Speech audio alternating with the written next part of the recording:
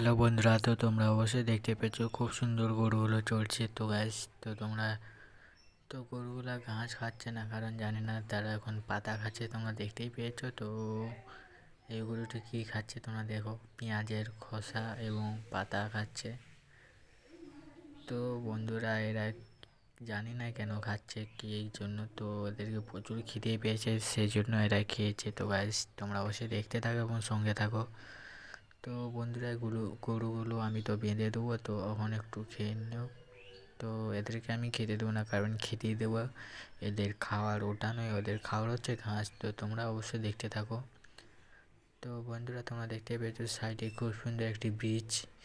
তো ব্রিজটির নাম হচ্ছে কাঁসাই ব্রিজ। তো তোমরা যদি জেনে থাকো অবশ্যই কমেন্ট করে জানিয়ে দিও। চলো গাইস।